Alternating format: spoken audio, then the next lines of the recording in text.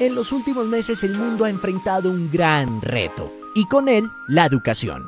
¿Habrán adquirido los estudiantes los aprendizajes esperados y necesarios para continuar su proceso de formación? ¿Cuál es el nivel de aprendizaje real alcanzado? ¿Cómo trabajar un repaso efectivo y práctico que asegure el alcance de los resultados? Ha llegado el momento de diagnosticar, planificar y atender las dificultades de aprendizaje de los estudiantes. Es el momento de emprender juntos un regreso eficaz. Regreso Eficaz es un plan de repaso estructurado a través de una secuencia didáctica dividida en 3 momentos. Recuerda, para obtener un diagnóstico. Repasa, para revisar las competencias fundamentales.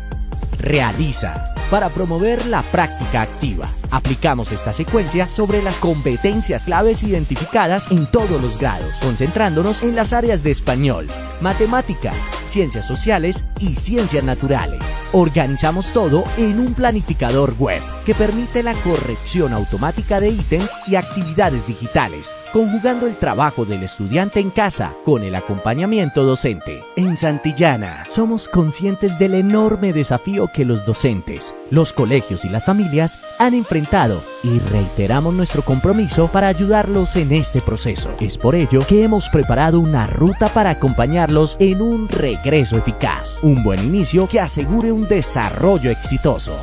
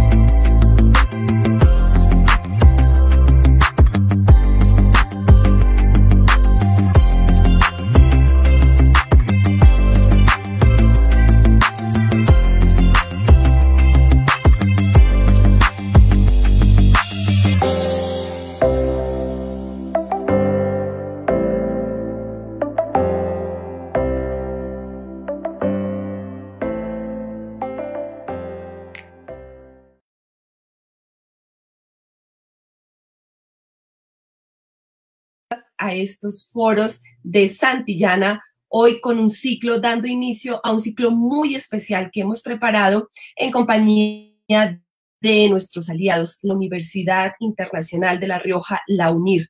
Hemos preparado un ciclo de foros muy interesante para apoyar la labor que hacen, la labor tan importante que hacen nuestros docentes en el aula. Este es un ciclo, un especial de regreso a clases de este 2021, donde tendremos temáticas de gran interés para apoyar la didáctica. Serán 4 sesiones que tendremos hoy, desde hoy hasta el jueves, donde hablaremos de temas de gran utilidad que ustedes nos lo han pedido. Hablaremos de literatura, de matemáticas, de español, de lengua española, todo esto permeado por las TIC y cómo lograr aprendizajes significativos. Entonces, hasta ahora damos la bienvenida a las personas que se nos están conectando, nos están saludando desde Pasto, desde Boyacá, desde La Guajira, nos saludan desde la costa, nos saludan también desde diferentes países. Todos bienvenidos a este espacio. Entonces, mientras se nos terminan de conectar, queremos invitarlos a que empiecen a enviarnos sus preguntas con el hashtag que hemos preparado. Es numeral regreso a clases 2021. Numeral regreso a clases 2021, donde pueden ir poniendo todas sus preguntas, sus dudas relacionadas con el tema que nos compete hoy. Hoy hablaremos sobre la biblioteca en el aula, calidad y valoración de la literatura infantil. Un importante tema que nos puede ayudar como docentes a seguir desarrollando estos aprendizajes significativos y apoyando la formación de nuestros estudiantes. Qué mejor manera que hacerlo desde la lectura. Entonces, ¿cómo elegir, cómo armar hoy esa biblioteca? ¿Cómo elegir los mejores títulos? ¿Cómo hacerlo de una manera didáctica con nuestros estudiantes? Bueno, a esta y muchas más preguntas nos dará respuesta nuestra invitada de hoy. Ella es Concepción Jiménez, Concepción María Jiménez, a quien damos hoy la bienvenida, nos está acompañando. Concepción, muy buenas tardes. Buenas tardes, encantada. Bueno, buenas tardes aquí desde Colombia, ya para ti un poquito tarde. Pues sí, pero bueno, no importa, el tema lo requiere, o sea que no importa. Muchísimas gracias por esta invitación.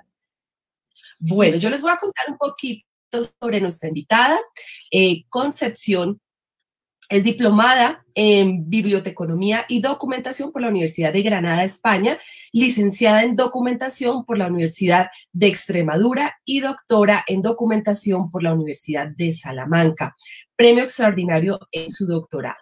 En la actualidad es directora de la revista Mi Biblioteca, editada por la Fundación Alonso Quijano, y también es directora académica del Máster en Didáctica de la Lengua en Educación Infantil y Primaria en la Facultad de Educación de la Universidad Internacional de La Rioja, UNIR, como no podría ser de otra manera. Así que sin más preámbulos, querida Concepción, te damos este espacio para que nos cuentes cómo poder animar la lectura y cómo armar la biblioteca infantil. Perfecto, pues muchísimas gracias de nuevo y por favor, si me ponen la presentación.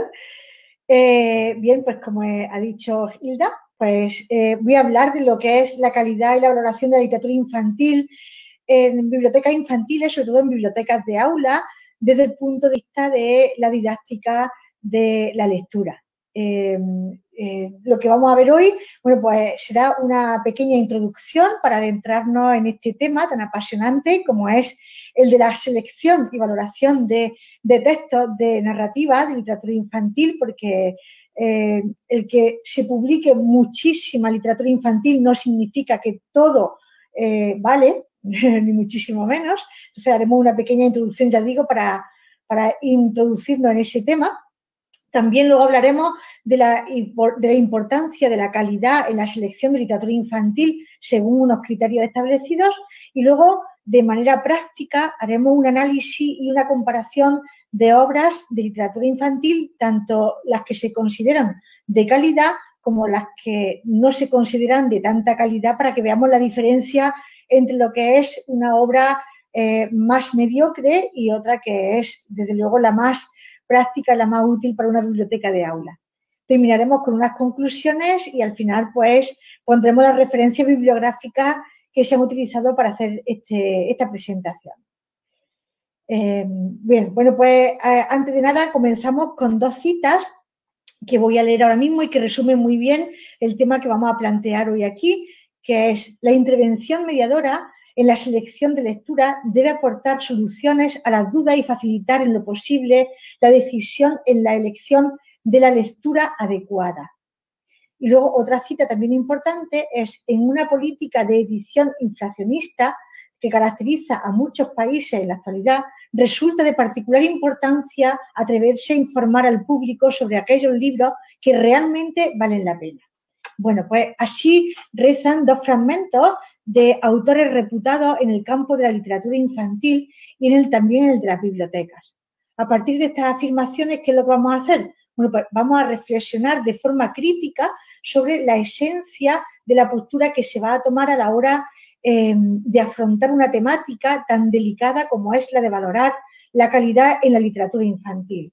Esa esencia, bueno, pues habría que centrarla en, como muestran los autores mencionados, la elección de la lectura adecuada, que es lo que he resaltado ahí en letra más oscura, y en libros que realmente valen la pena. Pero ahora nos podemos hacer las siguientes preguntas. ¿Cuáles serían esas lecturas y esos libros, ¿no? O cómo se pueden distinguir. Bueno, pues este será el eje central de esta sesión, la comparación entre obras de literatura infantil de autor y de ficción narrativas para contrastarlas o constatar la diferencia entre lo que puede ser un libro mediocre, pobre, simplón, ramplón o insípido de otro que no lo es, como he dicho al principio. Entonces, según lo que acabamos de exponer, lo que se persigue con esta presentación es brindar una opinión formada, aun sabiendo que esa valoración es algo subjetivo y siendo sobre todo consciente de que lo que aquí pueda parecer superfluo o poco profundo, otros pueden opinar que es lo contrario. Por tanto, se trata de exponer una comparación teórico-práctica de alguna obra de literatura infantil que pueden servir de ejemplo útil tanto para mediadores, tanto para maestros en formación como maestros en ejercicio, especialistas en literatura infantil, bibliotecarios escolares, padres, directores que estén interesados en proporcionar lecturas de calidad a los más pequeños y no aceptar por bueno todo aquello que se encuentre o que nos encontremos a nuestro paso. ¿Podemos pasar a la diapositiva siguiente, por favor? Bueno, pues entonces ahora vamos a hablar de la calidad en la selección de literatura infantil. ¿Y la calidad qué podemos decir? Bueno, pues que no está vinculada a la cantidad de libros publicados, como he dicho en un principio. Y en ocasiones se suelen cometer errores a la hora de seleccionar, puesto que al ser una literatura para niños, quienes eligen o la adquieren esa literatura somos los adultos. Pero, ¿qué podemos valorar para comprobar la calidad de un libro en literatura infantil? Bueno, pues lo veremos a continuación, pero antes de nada debemos tener en cuenta que la valoración no es algo inamovible. ¿Por qué? Pues porque cada día la producción infantil va creciendo sobremanera y ampliándose tanto en tendencias como en formas como en modelos. Bueno, pues dicho todo esto, y para poder distinguir los textos que tienen calidad narrativa en literatura, es necesario acudir al diseño de cualquier narración que la experta en literatura infantil, Teresa Colomer, aporta basándose en los elementos que se necesitan para construirla. Entonces, según el esquema general de que alguien explica a alguien, ¿qué es lo que podemos encontrar?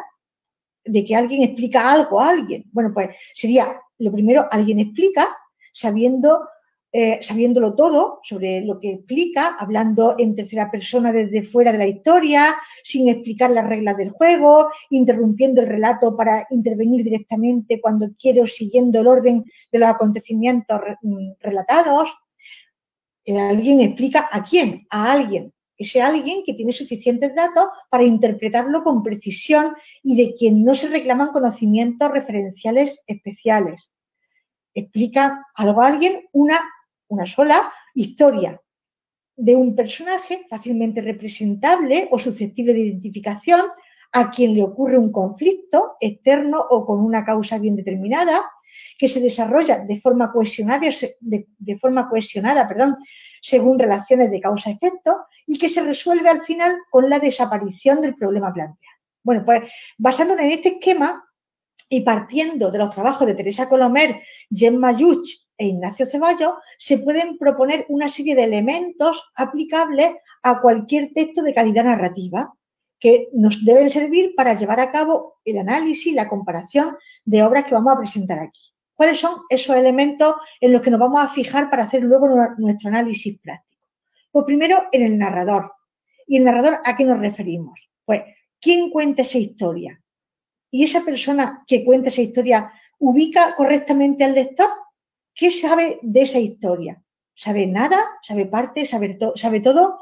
¿Qué actitud tiene el narrador hacia la historia y cómo la focaliza? ¿O qué equilibrio hay entre el narrador y los diálogos de los personajes para entender adecuadamente la historia? Bueno, el segundo elemento en el que nos tenemos que fijar serían los personajes.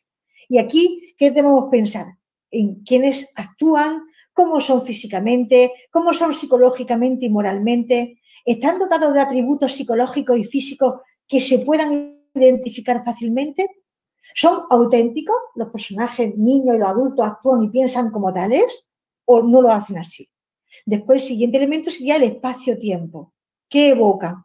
¿Cómo fluye el tiempo? ¿Qué cambios hay de espacio? ¿Se sigue la cadena de acontecimientos? ¿En qué momento y en qué lugar ocurre la acción?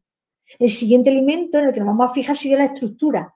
¿Referida a qué? Pues referida a la organización del argumento, de la trama, la cohesión, el ritmo. Es decir, ¿qué partes, qué secuencias tiene la historia? ¿Y esas partes o esas secuencias se organizan de forma lógica y coherente? ¿La situación inicial es interesante y crea expectativa? ¿Cuál es el momento álgido? ¿Tiene un clímax?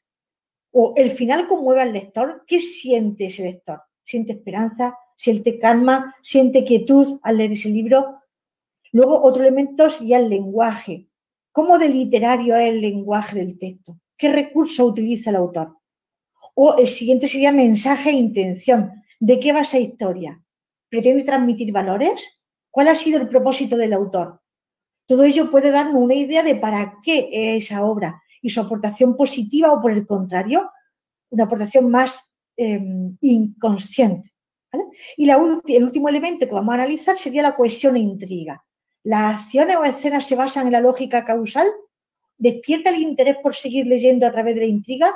Bueno, pues todo esto repercute en una verdadera experiencia artística a la hora de ¿qué? Pues a la hora de leer una obra infantil de calidad, que es lo que vamos a tratar en este día de hoy. Pasamos a la diapositiva siguiente, por favor. Bueno, y ahora vamos a hacer el análisis y comparación de obras de literatura infantil. Y Hispanoamérica, Europa, España, permítanme que no indique aquí ni títulos ni editoriales, solo la lectura de diferentes historias. ¿Por qué? Pues porque mi deseo no es, por supuesto, desacreditar a ninguna editorial y ni mucho menos a ningún autor. Por tanto, voy a leer obras publicadas, pero en ningún momento voy a decir los títulos, ni los autores, ni las editoriales. Entonces, comenzamos el análisis con una obra que cumple los requisitos para ser considerada de calidad en contraposición a otra que no cumple esos requisitos. Y se reflexionará sobre el porqué de esa elección con mira a qué. Pues con mira a establecer una serie de puntos de referencia para seleccionar y valorar. Bueno, pues voy a empezar por la primera obra, ya digo sin decir el título. No pasé, sería la diapositiva anterior, gracias. Bueno, voy a leer la historia sin decir, ya digo, el título ni el autor. Un día de primavera, Ratona vio por primera vez a Elefante. Le pareció tan grande y tan simpático que enseguida quiso ser su amigo. A Ratona le gustaban muchísimo los cocos, pero era tan difícil trepar al cocotero que casi nunca podía comerse uno. Así que corrió tras el elefante y le preguntó: «Elefante, ¿podrías cogerme un coco de ese cocotero?» Elefante miró hacia abajo y al ver a Ratona le pareció tan pequeña y tan simpática que también quiso ser su amigo. Elefante se acercó al cocotero, cogió el coco más hermoso y se lo dio a Ratona. A partir de ese momento, Ratona y Elefante ya no quisieron separarse nunca. Pronto llegó el verano y hacía tanto calor que Ratona le dijo a Elefante: Elefante, ¿podrías coger unas plumas del nido del águila para hacerme un abanico? Elefante le pidió ayuda a otro elefante, se subió a sus hombros y estirando mucho la trompa logró alcanzar unas cuantas plumas de águila para el abanico de Ratona. Cuando llegó el otoño, Ratona ya no necesitó el abanico. Elefante, dijo Ratona, ¿podrías coger un trozo de nube para hacerme un edredón calentito? Elefante pidió ayuda a sus amigos, las garzas, les llevaron una manguera muy larga hasta una nube esponjosa y blanquísima. Después, como si la manguera fuese una pajita, Elefante absorbió el mejor trozo de la nube para el edredón de Ratona. Cuando llegó el invierno, los días se hicieron más cortos y anochecía muy temprano. Elefante, dijo Ratona, ¿podría cogerme una estrella del cielo para tener luz por la noche? Elefante cogió cientos de árboles caídos y empezó a construir una escalera. Se pasaba los días enteros añadiéndole peldaños y subiendo más y más. Ratona veía cada vez más preocupada cómo Elefante se iba alejando, haciéndose más pequeño a cada paso, hasta que se volvió tan diminuto como la punta de un alfiler. Entonces Ratona comenzó a pensar que a fuerza de alejarse, a lo peor nunca volvería a ver a Elefante. ¡Elefante! ¡Elefante! Comenzó a llamarle a gritos asustadísima. Elefante oyó la voz de Ratona y alarmado empezó a bajar los escalones lo más rápido que pudo. Aún así, le llevó 3 días llegar al suelo.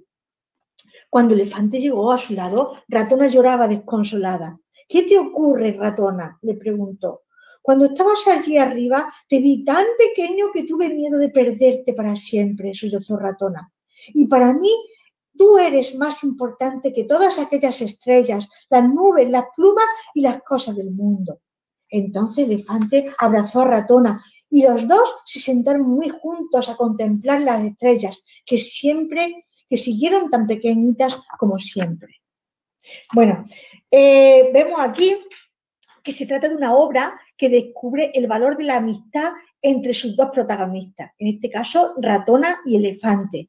El comienzo, si nos fijamos, vemos que sirve de gancho porque ya nos indica cómo a Ratona le llama la atención el elefante cuando lo ve por primera vez, tan grande, lo que implica cierta protección de cara a los ojos del pequeño lector, de ese alguien mayor que le protege y que te consigue cosas. Puede ser tu papá, tu mamá, tu abuela, tu tío, tu tía, tu abuelito, muy acorde con ese imaginario de seguridad de las narraciones dirigidas a los más pequeños.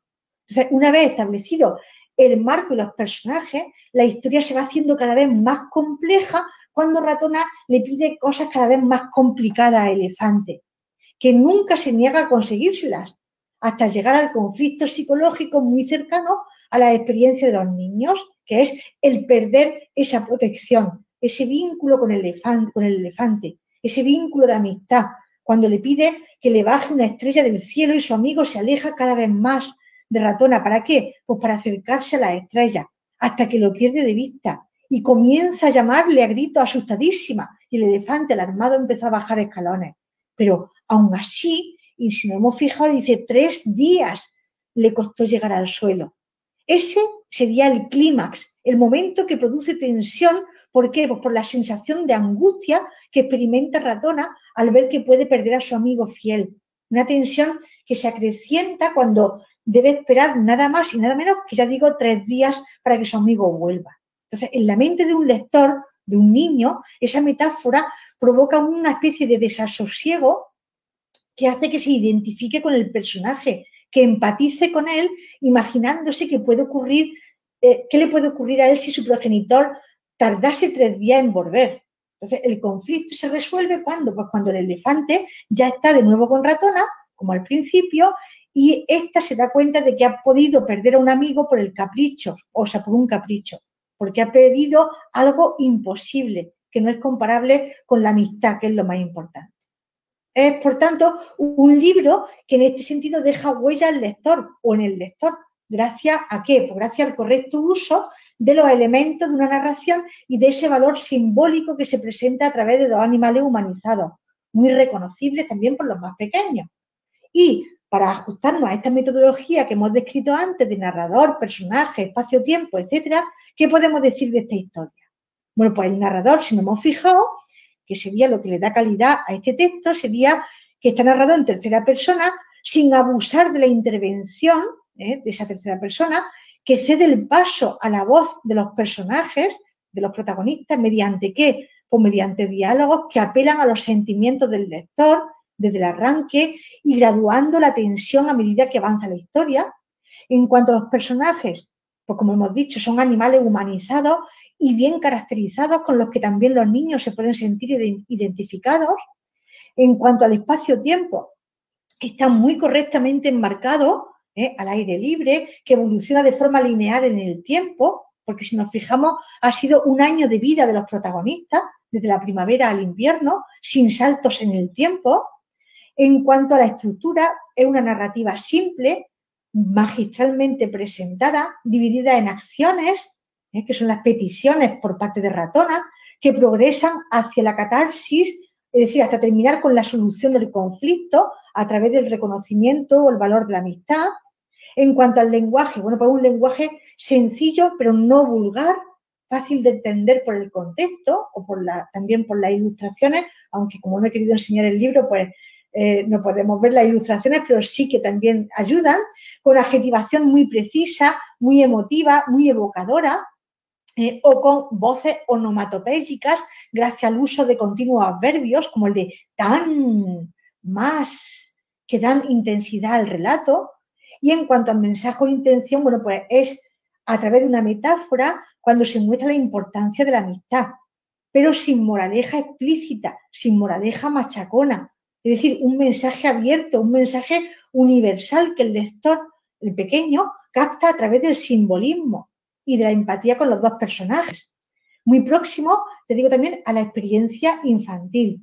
En cuanto a la cohesión y a la intriga, pues ¿qué vemos? Pues que la historia evoluciona de manera cohesionada, estableciendo correctamente, bueno, pues una relación causa-efecto, aumentando la tensión a medida que se avanza hasta llegar a la solución del conflicto.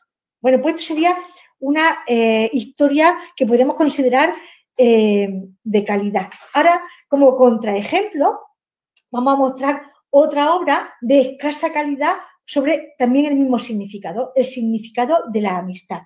También, igual que en el anterior, o tampoco voy a decir ni el título, ni el autor, ni la editorial.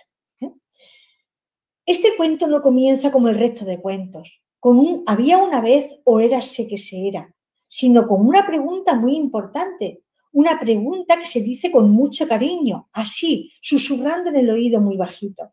¿Quieres ser mi amigo? Y es cuando Héctor y Violeta se conocieron, se hicieron los mejores amigos del mundo.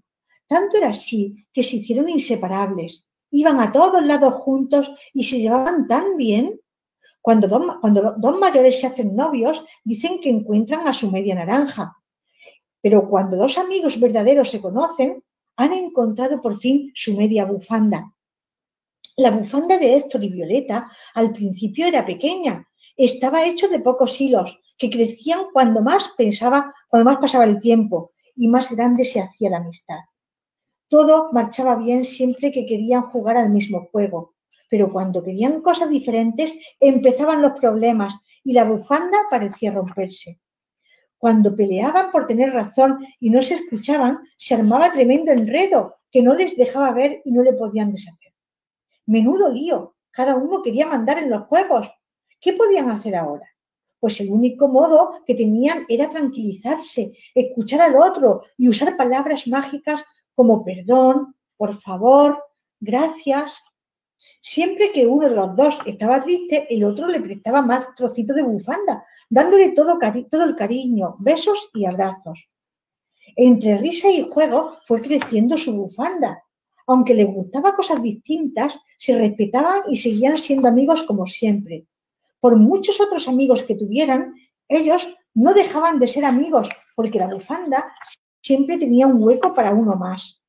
Y por muy lejos que les llevaran sus caminos, hasta puntas opuestas del mundo, ellos seguirían siendo amigos. Porque la amistad, si se quiere de verdad, no se puede romper jamás. Bueno, pues vemos que a partir de esta historia, o de la historia de una bufanda que une a dos amigos, a Héctor y a Violeta, bueno, pues vemos que no hay un diálogo, no hay diálogo alguno y que está desprovista de ningún conflicto. O sea, no hay argumento, no hay trama. Es un texto que podríamos llamar lógico, que no despierta interés. ¿Por qué? Porque desde el inicio y con la intención de hacer llegar una historia lo más tierna posible al lector, pues se emplea un lenguaje que podríamos llamar de empalagoso, que da rodeos, ¿para qué? Pues para expresar cualquier idea. Es una especie de libro recetario o de libro con recetas directas sobre cómo comportarse con el prójimo gracias a palabras mágicas como cuáles, como perdón, por favor, gracias. De manera muy machacona se insiste en lo que se debe hacer, que es escuchar al otro, respetarse, repitiendo hasta la saciedad la palabra amigos o amigo. Entonces, al final es una moraleja explícita, que es como una especie de resumen o de lección que se ha ido adquiriendo o que se ha querido transmitir durante todo el relato. La amistad, si se quiere, de verdad, como dice, no se puede romper jamás. En cuanto a la información, según la metodología que hemos visto, ¿qué podemos decir?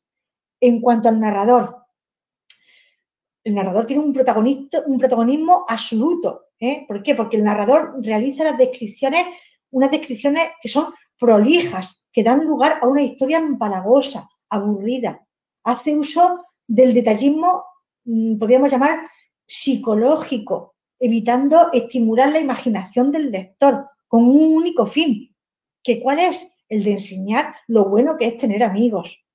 También, en cuanto a los personajes son planos, que no empatizan con el lector. ¿Por qué? Porque ni están bien caracterizados ni tienen voz. Es solamente el narrador el que habla. En cuanto al espacio y al tiempo, no existe marco espaciotemporal que ubique al lector en la historia. En cuanto a la estructura, bueno, pues es una narración monótona, sin profundidad, una estructura insípida, con un final que es muy previsible. En cuanto al lenguaje, bueno, pues un lenguaje, como he dicho antes, repetitivo, con una adjetivación muy fácil y muy tópica, que no conecta con el lector. Y al mismo tiempo utiliza palabras manidas que ni sugieren ni fomentan la imaginación.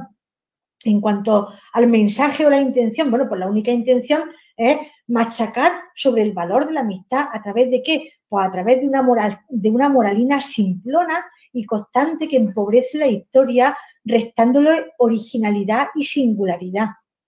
O un mensaje con el que se respira una actitud sobreprotectora y muy educadora. En cuanto a la cohesión y la intriga, bueno, pues no existe verdadera cohesión ni intriga. Es mera descripción, receta de lo que es bueno para no perder amigos. Bueno, y ahora vamos a ver otras dos historias. En este caso, no solamente sobre la amistad, como hemos visto ahora, sino sobre la diversidad familiar. Para, igual que hemos hecho con el anterior, analizar los detalles sobre la posible calidad y la posible no calidad de las dos historias que vamos a leer ahora. Leo la primera, igualmente, sin decir el título, ni el autor, ni la editorial, que es la que yo considero que tiene calidad. Es preciosa, ¿eh?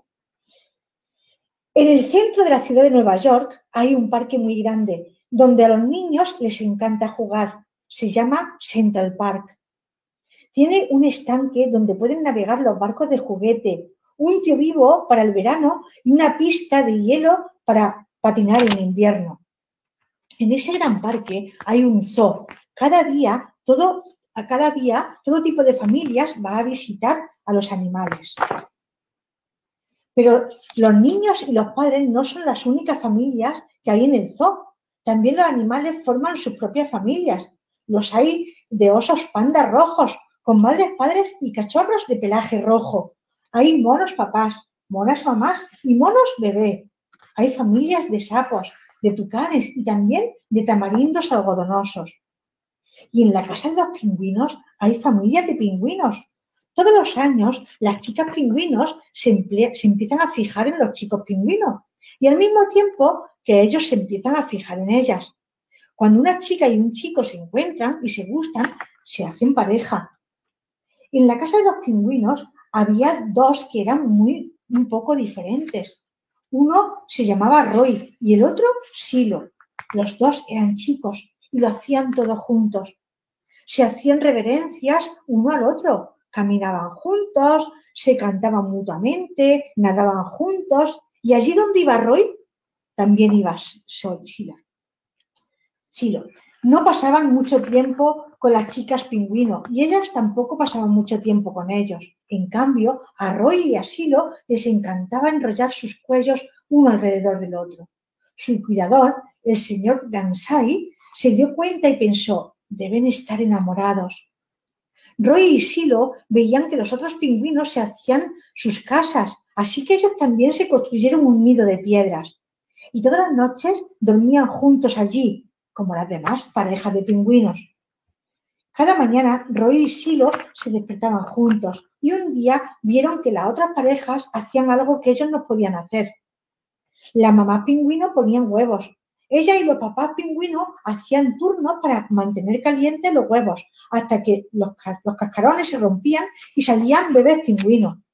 Roy y Silo no tenían ningún huevo sobre el que poder sentarse y mantener caliente. No tenían un polluelo para alimentar, mimar y querer. Su nido era bonito, pero estaba vacío. Un día, Roy encontró una cosa que se parecía a lo que los otros pingüinos incubaban y se los llevó a su nido. Solo era una piedra. Pero Silo se sentó encima con mucho cuidado y permaneció sentado. Y continuó sentado. Silo dormía cuando tenía sueño y al despertar se iba a nadar y Roy lo reemplazaba. Día tras día, Silo y Roy empollaban la piedra, pero no pasó nada. Entonces el señor Gansai tuvo una idea. Encontró un huevo abandonado que necesitaba ser cuidado y lo puso en el nido de Roy y Silo. Roy y Silo ya sabían lo que tenían que hacer. Movieron el huevo hacia el centro del nido y cada día le daban la vuelta para que se calentase por todos lados. Unos días lo empollaba Roy y Silo iba a buscar comida. Otros días era a Silo a quien le tocaba cuidar al huevo. Lo empollaban por la mañana y por la noche, a la hora de comer, a la hora de nadar y también a la hora de cenar. Lo empollaban al inicio y al final del mes y todos los días del medio también. Hasta que un día escucharon el sonido que provenía de dentro del huevo. ¡Pío, pío, pío, pío! Decía. Roy y Silo respondieron ¡cuac, cuac! ¡Pío, pío! Respondió el huevo. Y de repente apareció un pequeño agujero en el cascarón del huevo. Y entonces, ¡crac! Del huevo salió su cría. Tenía un plumaje blanco y rizado y un divertido pico negro. Ahora Roy y Silo eran papás. Le llamaremos Tango, decidió el señor Gansai. Pues se necesitaban dos para bailar un tango.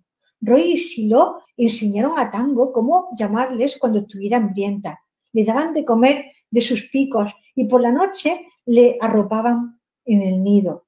Tango fue la primera pingüino del zoo que tuvo dos papás.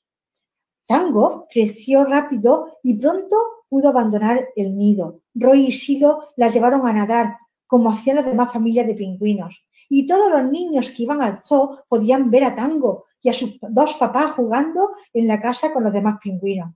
Muy bien, Roy, muy bien, Silo, bienvenido, Tango, los animaban. Al anochecer, los tres pingüinos volvían a su nido. Se acurrucaban juntos y como las demás familias de pingüinos, estaban todos en casa, como todos los demás animales del zoo y como todas las familias de la gran ciudad que los rodeaba. Todos se iban a dormir.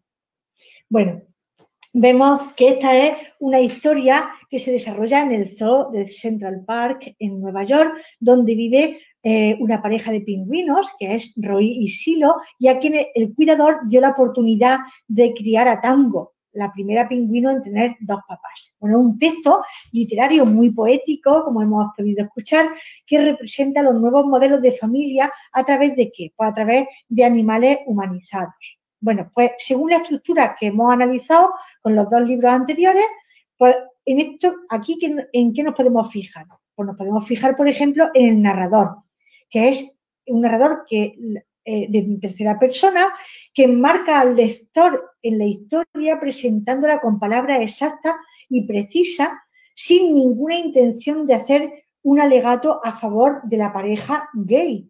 ¿Por qué? Porque ayuda al lector a entender la historia, pero solo como apoyo de lo que en verdad le ocurre a los dos protagonistas, pero de una manera evocadora. Cada frase meditada con destreza, pues dosifica la información, suscita reflexiones, conmueve. En cuanto a los personajes que son, pues son animales humanizados y su cuidador en el zoo, que es humano. Entonces, perfectamente están muy bien caracterizados y se presentan otros animales, ¿para qué? Pues para mostrar la diversidad familiar a través de habitantes del zoo. Personajes con consistencia, desde luego. También, en cuanto al espacio-tiempo, pues están presentados de forma acompasada, mostrando poco a poco el paso del tiempo. En cuanto a la estructura, ¿qué podemos decir?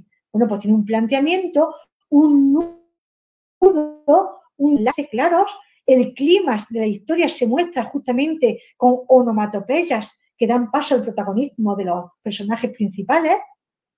En cuanto al lenguaje, pues un lenguaje preciso, un lenguaje rico, sin miedo a lo desconocido, sin ni siquiera nombrar la palabra gay, diciendo sin decir, sin abusar de palabras innecesarias, dando margen a la imaginación del lector. A Roy y a Silo le encantaba enrollar sus cuellos uno alrededor del otro, dice, ¿no? Es decir, dice sin decir. ¿El mensaje cuál es? Pues de una forma muy sutil se muestra el respeto, la tolerancia hacia la diversidad familiar, pero sin una moraleja explícita ni una lección explícita. En cuanto a la cohesión y la intriga, pues podemos hablar de la ternura, de la empatía en toda la historia. Atrae hacia su lectura haciendo un nexo que encadena la acción y sobrecoge al lector. También juega con su expectativa y todo aparece colocado en su lugar. Bueno, pues ahora, como contraejemplo, vamos a leer otra historia también del mismo tema para que veamos la diferencia entre una y otra. Mi nombre es Nicolás y vivo con mi papá Sebastián y mi papá Pablo. Mis papás se quieren mucho. Con ellos comparto todos los días. Hacemos las tareas, vamos al cine y jugamos con mi perro Toby, que es un poco desordenado. Con mi papá Sebastián vamos al estadio porque nos gusta mucho el fútbol. Mi papá Pablo trabaja en un museo y me encanta porque puedo ver a los dinosaurios. Los fines de semana nos visita mi mamá, Sofía. Con ella converso, paseamos en bicicleta y una vez hasta plantamos un árbol. Mi mamá y mis papás son muy buenos amigos y nos gusta almorzar a todos juntos. En la semana voy al colegio donde tengo muchos amigos y amigas. Lo que más me gusta es dibujar. La primera vez que fui al colegio, la profesora nos dijo que dibujásemos a nuestras familias. Yo dibujé a mis papás. Mi compañera Florencia me preguntó por qué tenía dos papás.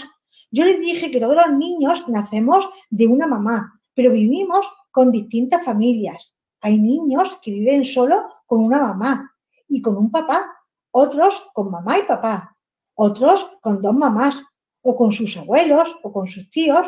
Yo vivo con mis dos papás.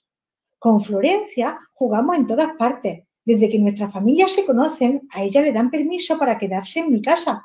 Otras veces yo voy a quedarme en la casa de Florencia y lo pasamos muy bien viendo películas. Su papá y su mamá son muy alegres y se quieren muchísimo. Yo pienso que las familias están compuestas por la gente que nos quiere y que queremos. En mi casa hay mucho amor y respeto. Somos una linda familia y no la cambiaría por nada. Bueno, en esta historia que vemos, porque se narra la historia de Nicolás, que es un niño que vive junto a sus dos papás, Sebastián y Pablo. Es un libro que muestra la diversidad familiar, en concreto una familia homoparental, pero sin literatura alguna. ¿Por qué? Vamos a verlo con detalle. El narrador es primera persona, en este caso Nicolás, y de una forma muy machacona, si nos hemos dado cuenta, pues intenta convencer al lector de la vida tan maravillosa que tienen sus dos papás. Mis papás se quieren mucho, los papás de Florencia también. En cuanto a los personajes, ¿qué pasa? Bueno, pues muestra al pequeño Nicolás junto a sus dos padres y su madre, en un mundo que está demasiado idealizado. ¿Por qué? Porque es un mundo casi irreal. Personajes que no despiertan interés. ¿Por qué? Pues justamente por eso, por su falta de autenticidad. Porque son voces falsas que no dejan espacio a la imaginación, con abuso de apelaciones al lector intentando influir en él. En cuanto al espacio y al tiempo, no se muestra de forma clara, no se sabe en qué espacio ni en qué tiempo se desarrolla la historia. En cuanto a la estructura, no hay un planteamiento, no hay un nudo, no hay un desenlace, claro.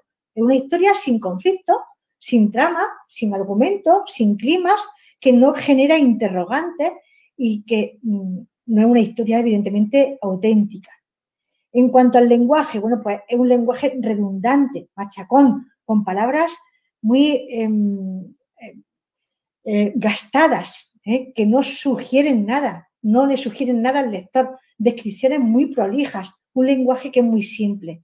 En cuanto al mensaje, bueno, pues de una forma machacona o simplona, bueno, pues ¿cuál es la intención? La intención es mostrar una imagen idealizada, idílica, un mundo ideal, sin problemas, que no es real.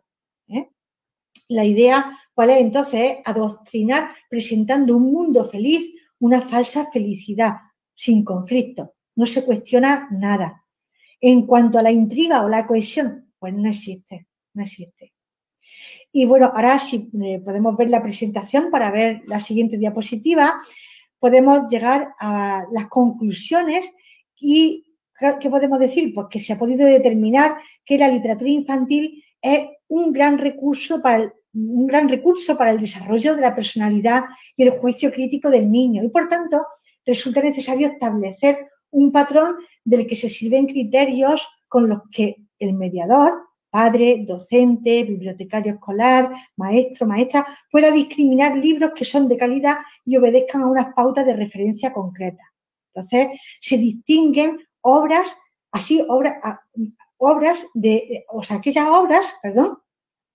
que bajo la apariencia de textos para niños persiguen otros fines alejados de la literatura con mayúsculas, la que logra remover, conmover al lector, la que es capaz de formular preguntas que evocan sin explicar.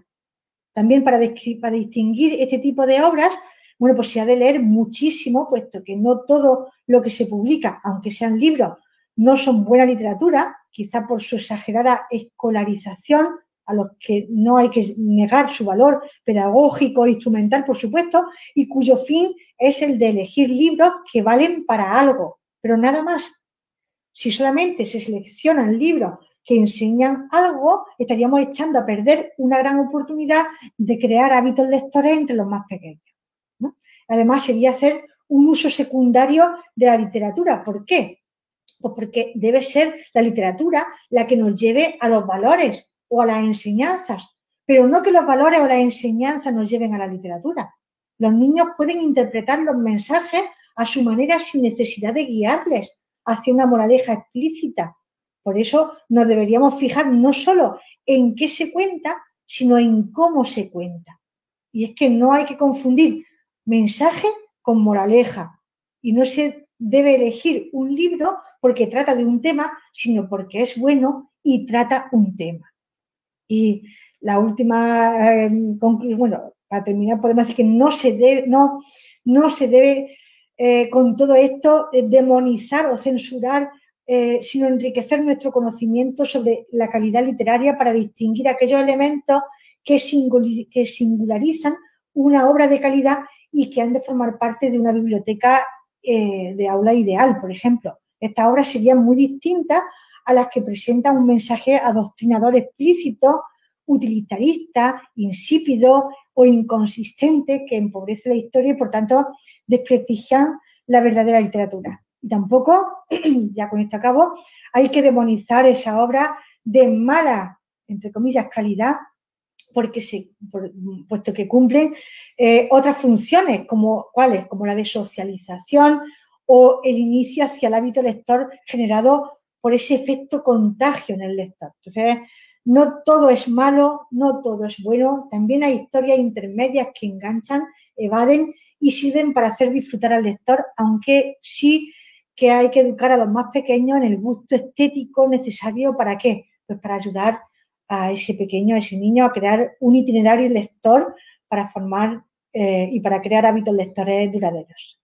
Y con esto, pues, muchísimas gracias y bueno, y aquí estoy para cualquier pregunta. Gracias. Bueno, Concepción, pues de verdad es que acabamos de tener un momento mágico, nos has sumergido por historias fascinantes y de verdad nos ha quedado muy claro cuáles son esos elementos a tener en cuenta a la hora de elegir una obra apropiada en esta edad tan importante, ¿no? Finalmente, quienes estamos trabajando con esta primera infancia y a la hora de poder elegir una biblioteca, pues hay que tener elementos muy claros porque es lo que va a permitir a nuestros niños crear esos hábitos de lectura para el resto de su vida, ¿no?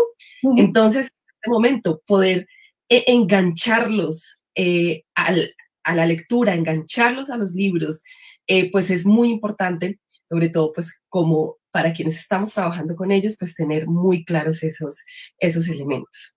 Entonces, bueno, nos están haciendo muchas preguntas, hay muchas dudas, el tiempo va avanzando. Quería preguntarte, nos preguntan que en el primer relato de la ratona y el elefante, ¿para qué edades sería apropiada esta historia?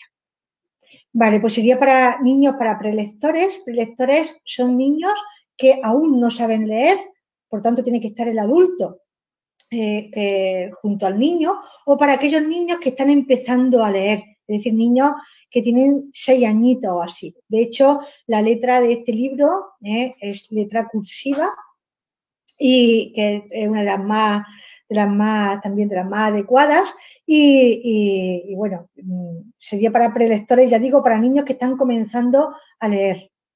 Pero sobre todo en este tipo de historia el adulto tenía que estar al lado para darle la entonación correcta a la hora de la lectura y que esa historia se interiorice mucho más que si el propio niño la lee directamente. Vale, y nos preguntan cómo poder mantener la atención de los niños en medio de la virtualidad. ¿Qué estrategias también podemos utilizar para lograr enganchar a los más pequeños a través de las pantallas? Pues si utilizamos las tecnologías, yo sobre todo pienso que en los más pequeños, la tecnología para los más mayores, pues quizás sí que podría ser un aliado y para los pequeños también. Pero yo pienso que los libros, sobre todo los álbumes ilustrados, donde lo que predomina es la imagen, ahí, por mucha tecnología que tengamos, por mucha pantalla que tengamos, yo creo que lo que es el tacto, el darle cuerpo a un libro, darle alma, darle espíritu, eso solamente lo consigue un libro físico. Entonces, yo pienso que para los más pequeños habría que comenzar sobre todo con libros físicos. Libros, bueno, hay de todo tipo, libros para el baño, libros para antes de dormir, con cuentos cortos. Y luego ya cuando son más mayorcitos, o también con los más pequeños también, ya digo, pues se puede utilizar las pantallas, pero no las pantallas de, bueno, ahí te coloco y tú lees cualquier historia que veamos o ves cualquier película o cualquier serie que tiene subtítulos y vas leyendo. No, yo creo que la pantalla se puede utilizar como un aliado de la lectura. Es decir, por ejemplo, podemos leer un libro que al mismo tiempo de ese libro se haya hecho una película. Y luego podemos ver la película y entre las dos cosas podemos hacer una comparativa. Oye, pues mira, ¿qué has visto aquí en este libro o en estos dibujos animados sobre tal cuento que hemos visto en el libro y luego hemos visto en pantalla? ¿Qué diferencia crees que hay? ¿Te imaginabas este personaje así, tal y como lo han visto en la película o como lo has visto en la serie? ¿O no? ¿O al leértelo te has imaginado al personaje de otra forma? Y así se está estimulando la imaginación y no estamos creando lectores pasivos que todo lo ven en la pantalla, ¿no? Yo estoy muy a favor, ya digo, insisto, que la pantalla, la tecnología es un aliado, pero que el libro, pues, tiene un cuerpo, tiene un alma, tiene un espíritu que la pantalla no te da. Claro, entonces aquí es donde también se mezcla esa labor y esa relación entre familia y escuela, ¿no? En qué poder también aconsejar a los padres, cómo también darle didáctica a los padres para que puedan leer. Tú nos has tenido aquí enganchados, ¿no? ¿Cómo has manejado la voz? Y de una manera, ni siquiera nos lo has mostrado, pero ya nos íbamos haciendo una imagen de esas escenas que nos ibas contando, nos íbamos representando cómo eran los animales, sobre todo con estos cuentos que nos contaste de animales humanizados. Entonces, ahí efectivamente, qué herramientas también deberían tener los papás, que son los que ahora están con los niños para poder darle cuerpo a ese libro, porque finalmente nos está preguntando aquí los docentes que tienen que dar educación virtual. Finalmente no les queda de otra que estar mediados por pantallas. Entonces ahí esa relación familia-escuela, como tienen que hacerlo los padres que finalmente también están siendo pedagogos en estos momentos. Bueno, pues yo pienso que los padres, bueno, yo creo que el trípode fundamental para fomentar y para crear hábitos lectores sería la familia, la escuela y la biblioteca. Eso, por supuesto, son las tres patas de un mismo trípode si queremos conseguir ese objetivo o esa meta. Pero sobre todo hay dos claves, que serían la constancia y la frecuencia por parte de las familias. O sea, el todos los días leer un poquito antes de dormir, el compartir lecturas. Si yo estoy leyendo, por ejemplo, un periódico y veo una noticia, compartir esa lectura con mi hijo, con mi hija.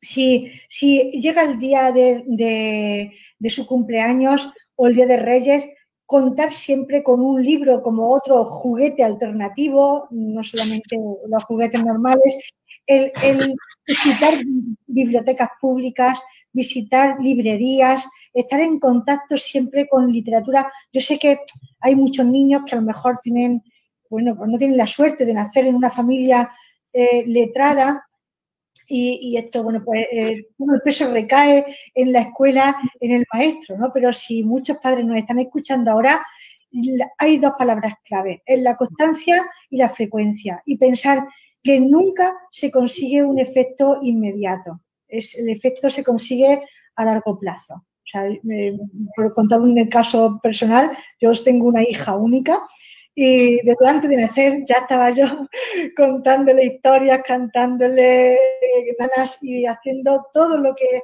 sea el acercamiento a la musicalidad de la palabra y de la literatura. Y bueno, pues yo creía que iba a hacer letras o iba a hacer algo de literatura porque siempre la he intentado meter en este tema. Bueno, pues no, ella ha estudiado otra cosa totalmente diferente a lo que es la letra, pero sí que puedo decir que todo eso hace que mi hija todas las noches no se duerma sin leer por lo menos 2 páginas de un libro. O sea, es verdad que no ha hecho nada de letras, pero la lectura sí que lo ve como algo, pues no sé, como un hábito o como algo necesario en su vida diaria. Y no me rendía, lo único que hacía no me rendía. Empezaba con un libro que ella no quería leer, pues se lo leía yo, que veía que le aburría, lo dejaba a medias y cambiaba por otro. En fin, pero era constancia y frecuencia. Y sin obligar, evidentemente. Nunca he obligado a mi hija. O en la biblioteca he sido 24 años bibliotecaria de una biblioteca pública y nunca en esa biblioteca he obligado a los niños a leer. Siempre lo he invitado, lo he incitado o he estado siempre enseñando la literatura como algo alternativo a su ocio. Nunca obligado. Y finalmente algo que te apasiona y te engancha para el resto de la vida. Tú has tocado un tema muy importante y es que, claro, leer desde que están en el vientre, ¿no? Desde que están en la barriga, justo desde lo que leo. Por eso tenemos también nosotros una colección preciosa para leer justo a los niños, ese primer regalo que debería tener un niño, y es desde que está en el vientre y empezar a tener la sonoridad, a escuchar, a conocer la voz de su madre desde que está en el vientre. Y bueno, por eso también es lo que leo. Tenemos esa colección preciosa desde antes de nacer y que nos acompaña pues para el resto de la vida. Sí, eso es fundamental. Aparte de que hay desde nanas hasta juegos de manos, palmas, palmitas, o sea, todo lo que es la musicalidad de la palabra, vemos que es literatura. No tiene por qué ser leer, pero sí que el niño se está acostumbrando a esa musicalidad. y entonces comprende mucho mejor la literatura si desde pequeño siempre se le ha ido acercando a ese tipo de manifestaciones de literatura. Claro, y toda esa entonación también, cómo enganchas haciéndolo de una manera muy atractiva a través de la voz, ¿no? Tú lo estabas diciendo cuando le ponías voz a los personajes, cuando trabajabas la onomatopeya también, cuando hacías esos sonidos, esos cambios, y efectivamente, pues, a nosotros pues nos has enganchado y obviamente vemos a los niños que eso también es un elemento muy importante, ese manejo de voz con ellos, ¿verdad?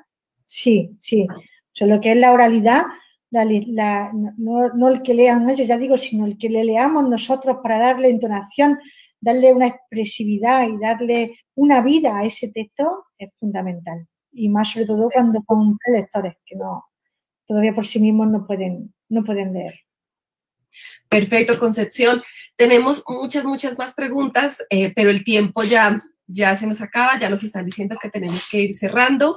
Te agradecemos enormemente, de verdad, por habernos acompañado. A todas las personas que desde las diferentes partes de Colombia y desde diferentes partes del mundo también se están uniendo a nuestro regreso a clases 2021, pues los invitamos a que sigan dejando sus preguntas. Vamos a intentar también recogerlas y poder seguir trabajando sobre este tema que de verdad aquí no se agota.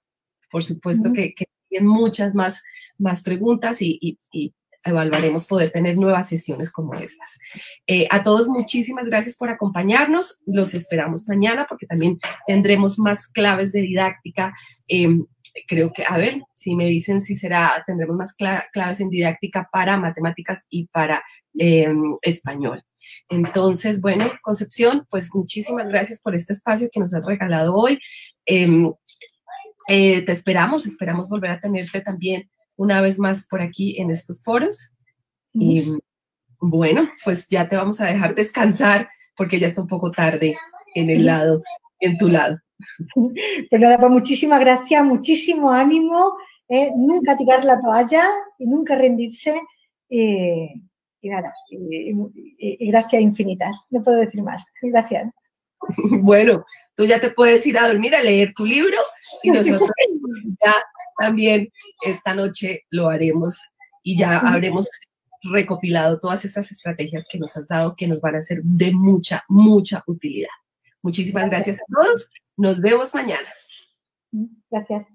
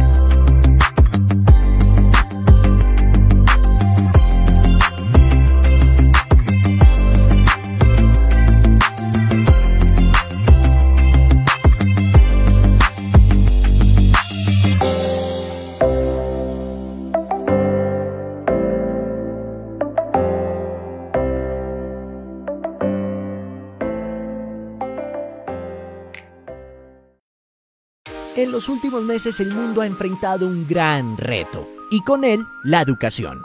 ¿Habrán adquirido los estudiantes los aprendizajes esperados y necesarios para continuar su proceso de formación? ¿Cuál es el nivel de aprendizaje real alcanzado? ¿Cómo trabajar un repaso efectivo y práctico que asegure el alcance de los resultados? Ha llegado el momento de diagnosticar, planificar y atender las dificultades de aprendizaje de los estudiantes. Es el momento de emprender juntos un regreso eficaz. Regreso Eficaz es un plan de repaso estructurado a través de una secuencia didáctica dividida en 3 momentos. Recuerda, para obtener un diagnóstico, repasa para revisar las competencias fundamentales. Realiza para promover la práctica activa. Aplicamos esta secuencia sobre las competencias claves identificadas en todos los grados, concentrándonos en las áreas de español, matemáticas, ciencias sociales y ciencias naturales. Organizamos todo en un planificador web que permite la corrección automática de ítems y actividades digitales, conjugando el trabajo del estudiante en casa con el acompañamiento docente. En Santillana somos conscientes del enorme desafío que los docentes, los colegios y las familias han enfrentado y reiteramos nuestro compromiso para ayudarlos en este proceso. Es por ello que hemos preparado una ruta para acompañarlos en un regreso eficaz, un buen inicio que asegure un desarrollo exitoso.